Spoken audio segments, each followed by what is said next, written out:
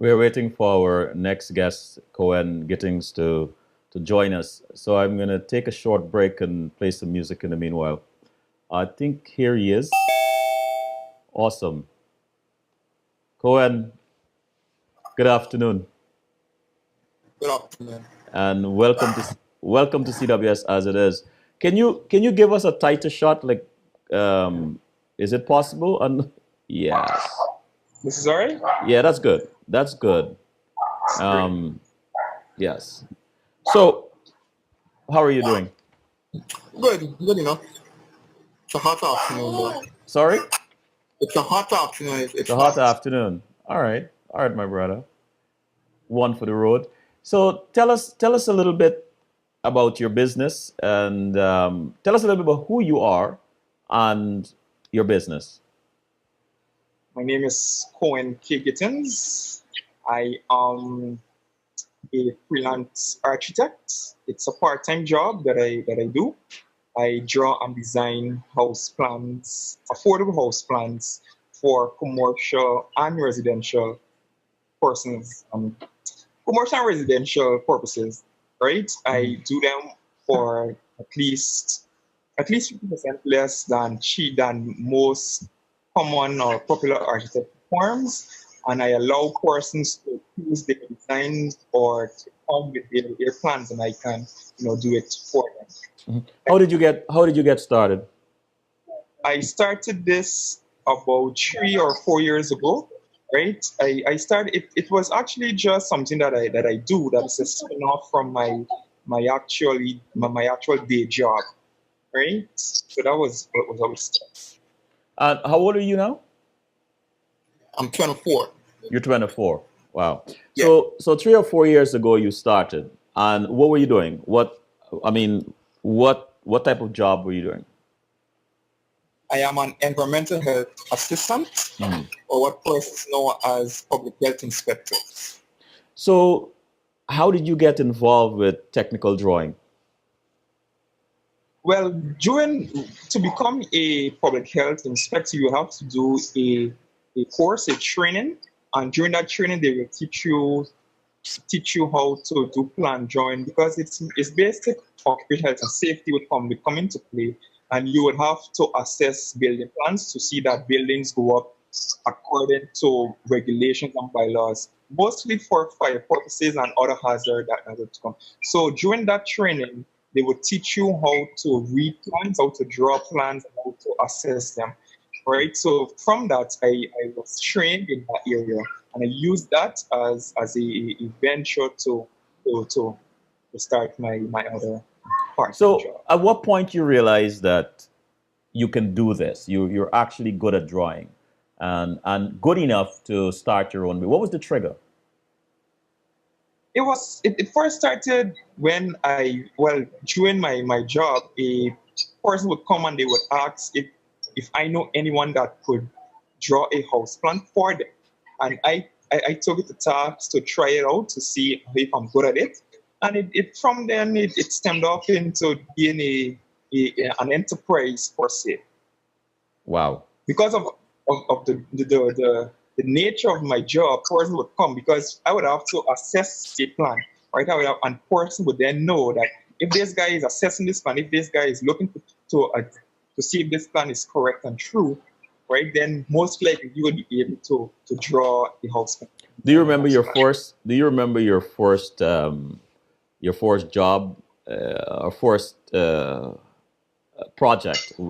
Private project, and what it was like when you received that check? My first private project. I can't remember my first private, but I remember the first major one. Uh Right, huh. the first major one was for a it was a residential building for a guy. I remember his name, Andrew. I can't remember his last name. Right, but he took me to his place, his land, and he showed me, and we were talking, right? And I explained to him why I'm doing what I'm doing.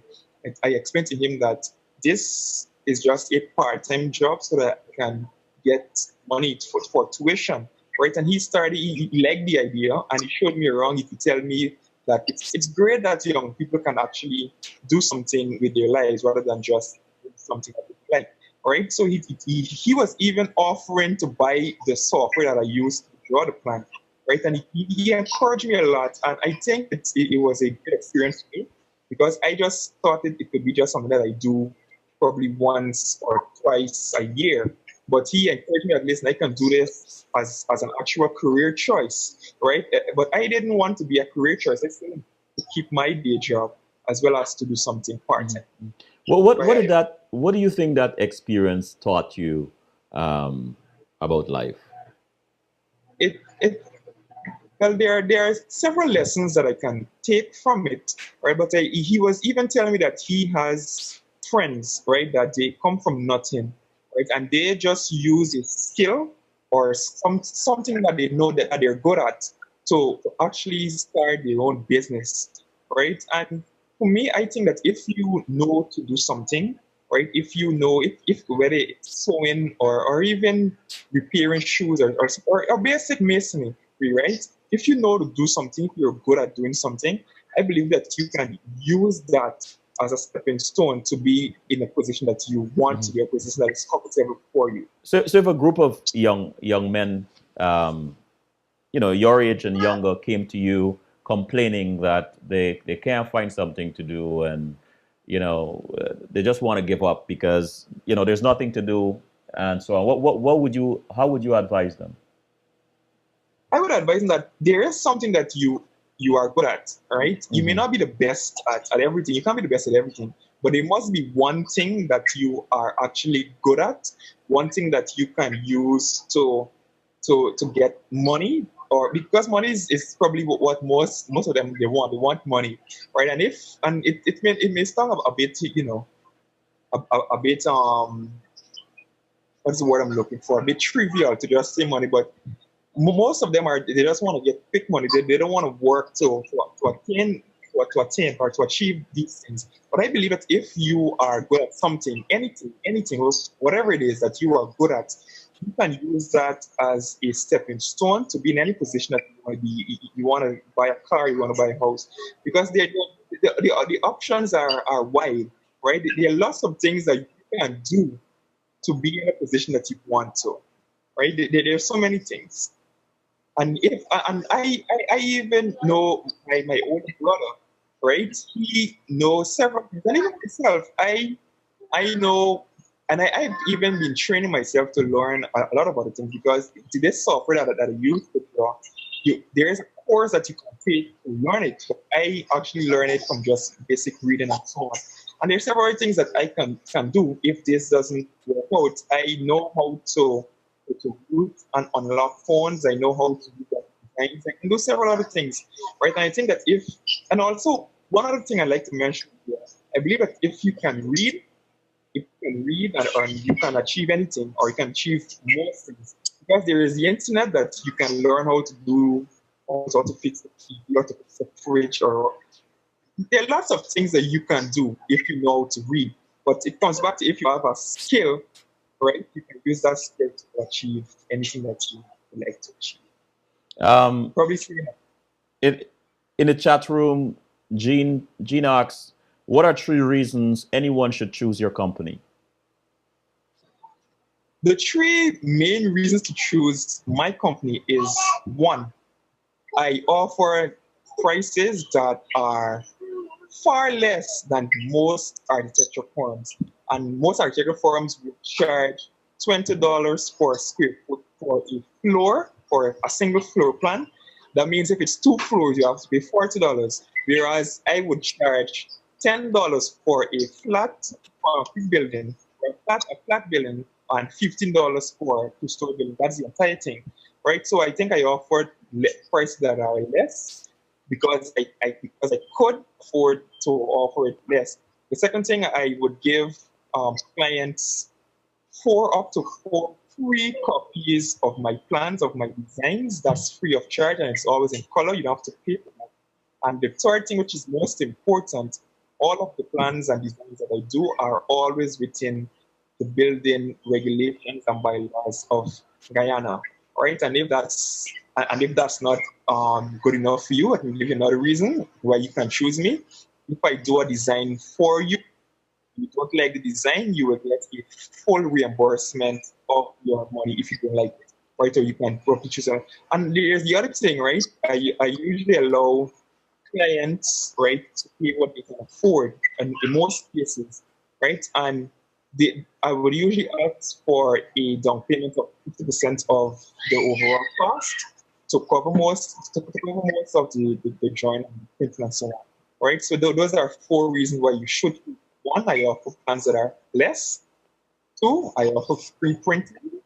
Three, what was three? Three is the plans are always within the building regulations and bylaws of the.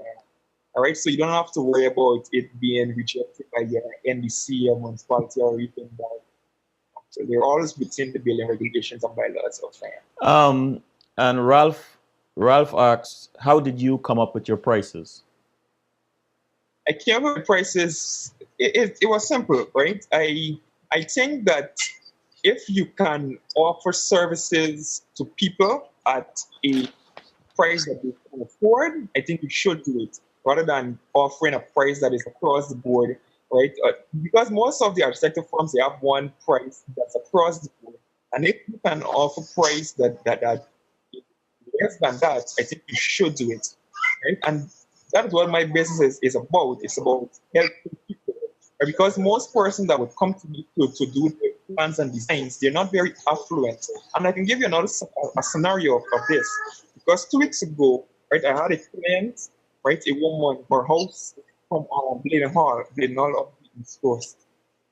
Her house was burned down. She now wants to go for another plan for a new building, right? And she came to tell me her situation. She told me her situation, and she told me she don't have a lot of money to afford a lot of plan. I was even willing to do it for free, but she insisted that she would pay at least some of it, right? So basically I just try to help people out to see what best you can afford, and I try to work with that.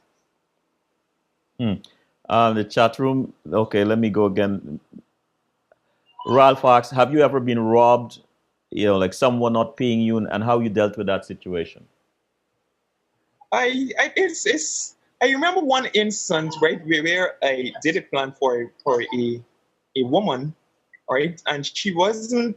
I don't think I was robbed. She just didn't come to uplift her plan, but she didn't pay any money or anything. But I think she probably lost interest, or for some strange reason, she didn't want to do the plan anymore. But I can't remember any major instances where I was robbed or anything of the sort. And Michelle, do you have employees? And if not, do you intend to get?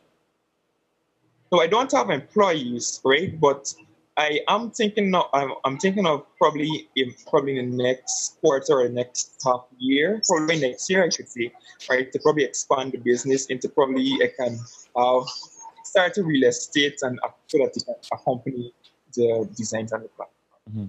Mhm. But where do you see this company in 10 years? Well, as I said before, in 10 years, I have plans and projections of starting my own architecture firm, Okay. and I would like to start also home decoration as well. Mhm. So that would also accompany, and as well as probably real estate as well. So it'd be real estate, architecture, and home decor. Michelle said, this young man is so confident and articulate, so proud of these Guyanese youth. So, Thanks, Michelle.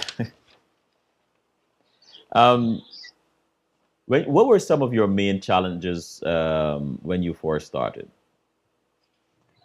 When I first started, as I said before, with the guy Andrew, right? So the major challenge was to actually learn the program software that I use, right? Because there is a course that you can do to enhance your skills, but I didn't have the money to pay for it. So the guy Andrew, he was willing to pay for it and to help me to learn it for myself. But I just did what's the word, titivated with it to learn more about it, right? You just play around with it to see how best you can learn. But from when I started to now, right, I think I'm more proficient now, and I am more comfortable with it. I can, because then to draw the average plan in the last 2 years, it would have taken me about half a day times a day. But now I can do an entire plan for a business 2 3 stories within a couple amount of hours. So how did your friends and close relatives reacted to you getting into business for yourself? It was great. It was rather overwhelming actually because I have a lot of friends that would share my some of the images and videos that I posted on Facebook on the ads. Right. And I when I created my first business cards to extend my network, they would ask me they would ask me for some that they can share with their friends at work or they can share with their friends at Hold on a so on. second. So it would, Hold on a second now, thing. I can't let this pass. Here we are, 24 years of age. Here you started a business and your friends, this is what is happening. I notice there's a common thread among the youth that I'm interviewing is that your core friends, your social graph, people cooperate, people assist, people help you. So here you have yes. friends who ask you for business cards to share out. Why you think Yeah. that is so? Because I mean, this is fascinating to me that your friends are coming out and wanting to empower you, wanting to assist. And this is not just you. A lot of the young people, this is happening. Um, why do you think this? Why do you think this is happening among you, and not so much the older generation? I think it's because people are more inclined to help one another. Because if you have a friend, they would already be able to understand your situation. You'd be able to understand, listen, this guy has a skill, or probably this guy has a need, or something of the sort. And they can be able to relate to you because they know you, they're your friend, and they would know why you're doing it, how you are able to do it, and if you're good at it, if you're, or because for me, my friends already know why I'm doing this. Right? I already spoke to them, told them why I'm doing this for school and for so on. Right? So when they go to their acquaintances, to their friends at work and their co-workers and so on, they will then be able to explain to them that this is a small business, this is what this guy is doing, and he's really good at it. But I think when you rap with people, you relate to them as friends. You can explain to them your situation. You can Mm-hmm. explain to them why what you're doing. What, And I yes, what is encouraging for you among the youth or among other entrepreneurs or other young people that are in business? What is encouraging for you? I think the persistency in doing it, because not every day you would have a large fan base per se, or a large group of clients that are willing. Or because even with me, sometimes I don't get a lot of work to do. But if you continue being persistent, if you continue to work hard, continue looking for clients, you continue looking for a job for work, right? You will be able to do it. And I think that is the most important thing with any job, any career choice, right? Any venture that you take, right? You must be persistent. Not every day is going to bring heaps of work, heaps of clients. But if you continue to be patient, if you continue to be persistent, you will always be able to push forward and to move on Where to do you whatever. think where do you think you got this attitude from? I I don't know. I can't say. I don't know. I think it's just part of it, I It's guess. part of you. And I have a passion. I don't know. I don't have a passion for of helping people. I like helping people, right? And I think that whatever it is that I do, right, the first thing that I have on my mind is how can I help this person, no matter what it is, no matter who the person is. The is first that thing I why look for is you charge such a reasonable price? Tell us about that. Um, yeah. and I I'm going to push phrase this question present this question in a certain way. Did you calibrate your price so that you can maximize your earnings, or you calibrated it because of the economic status of the most of the clients that were coming your way, or a bit of both? it was never to maximize my income per se. It was basically to help people who are in need, because I know that I was in need as well. I needed tuition fees, right? So I started to do this. But why I charge so low is because one, persons were not who came to me, they were not majority of them, I can say about 80% of them, they were not very affluent. They already had to pay millions of dollars to get the land first, and now they want to do a house. I can't charge them a lot of money, right? So I gave them a price that they can afford. That was one. But I also believe that if I charge less than the other architecture firms, my client outreach would be more. Because when people know that I charge less than the average architecture firm, they'll be able to tell their friends, look, I know a guy who draws plans for a cheaper price, right? So I believe that my prices attract people as well as the reason why I do what I do. What do you believe is your most valuable asset? My most valuable asset is the ability to assess a person's situation and to be able to help them, I believe. I like Because that. I like that answer. Go ahead. Sorry. I am a very open guy, right? When people come to me and they say, listen, I can afford this, or I can afford so much, or I can pay you this part and pay another part another time, right? Because I even had clients like that. They said, listen, I need a plan, but I don't have all the money now, right? But I need a plan. And I was willing to trust that person, right? And the guy sees me on the road, he doesn't even see me on the road. But now, after, he would ask me, how's everything going?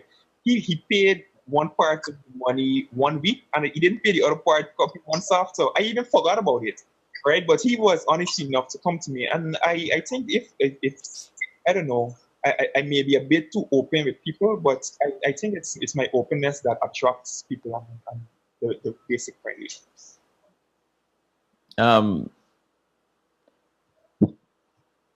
If if you had an opportunity to speak to the government, let's say the president, what are two things would you, or to advise, what are two things would you say to him? This is a tough one, but Give it your best as a shot. as this is a tough one, yeah. But as a person, I think you are first a servant to the people, to the public, and that should always be your priority. All right, no matter what it is that you do on a daily, your priority is serving the public. And if that is at the forefront of your job or your business, whatever it is, you will be successful because people would then be able to appreciate what you do, and they would then be more confident in what you're doing because they know that what you're doing is for the greater good of the country, and not just the greater good for yourself. Mm. I want to go to the chat room. So Michelle's asked, said, this young man is so, okay, I read it before. These young people believe in helping each other, Selwyn. I like that. Michelle again, how can the government help? How can the government help in what way? Help me? Yes, I guess that's what they're at. Yes, how can the government help young people? Let me think the Oh, yeah. question. Help young people to be more, help young people who are Into interested in entrepreneurship. more scholarships would be in the front of my head. And I know that there is an organization, IPED, that will give out small loans to persons who would like to start business. If you submit a project to them, they will then see how best that they can help you, and they give out small loans to persons. I think if the government has, I don't know if they do, but I don't think, I never heard of it. But if the government has some kind of what is the word I'm looking for? Some kind of way that they can help young people who would like to start a small business, that they can give them small loans, and then they can be able to start it, and from that business they can be able to generate enough revenue to pay back that loan. Mm. And Michelle Foster said he should consider pricing based on a scale so that he's not taken advantage of. Scale being the size or cost of the final building. I do have a scale, and let me give that. It is $10 per square foot for a flat building. It is $15 per square foot for two-story buildings, $20 per square foot for three-story buildings, and 40 for three and above. Right? And that would include, and you would now have to do the length times the breadth to get your square foot of whatever the building is, if it's a commercial building or residential building. And then I would do if you are on WhatsApp or in social media, I will do sketches and I will send requests to see which one they like the most and which one they would like to work with. And then I will do the elevations and the site plan based on the size of their land and so on. Is this So that is that is it? So, what do you enjoy most about doing this?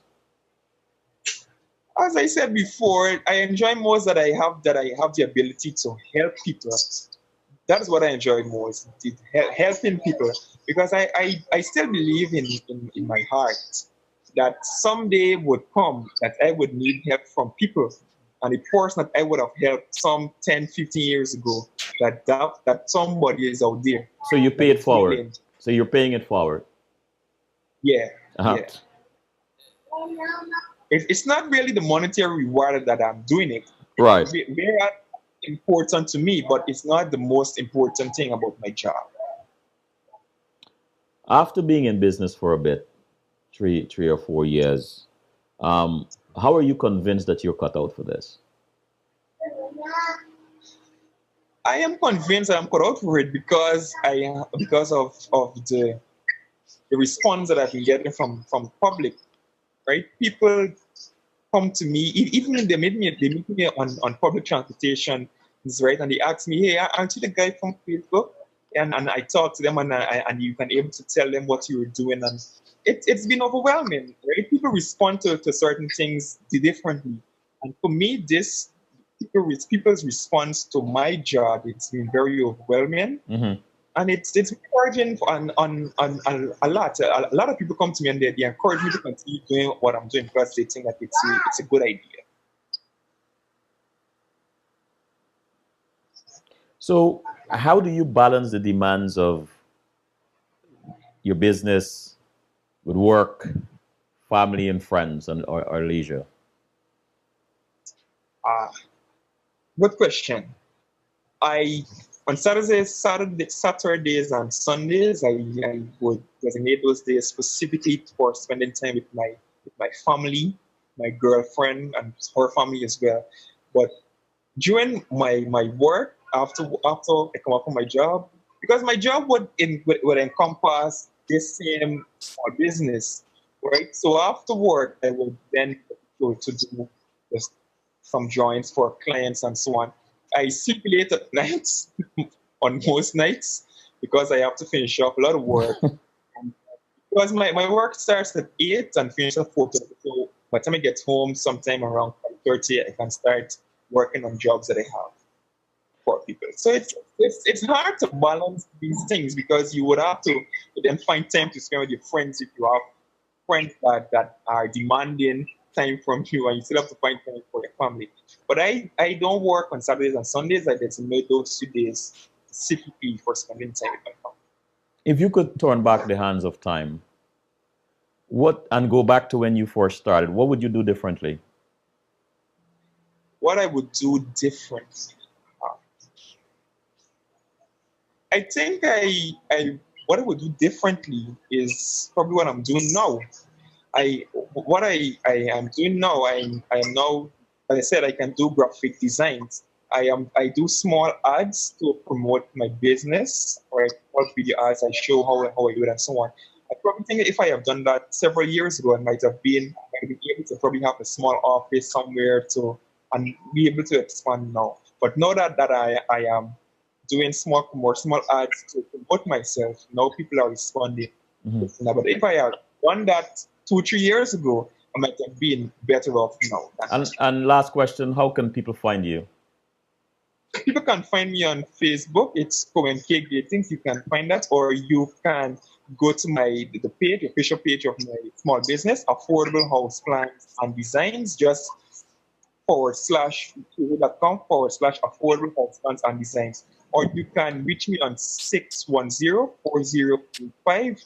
You can text me, WhatsApp, you can call at any time. Or you can meet me on my email address at cowen@yahoo.com. Let's get that number again. 610 what? 610-4085. 4085 Yes, 592. you can message me WhatsApp at any time. Cohen, thank you so much. Thank you for having me. Thank you everybody for responding. Have a great afternoon. You're welcome. Take care.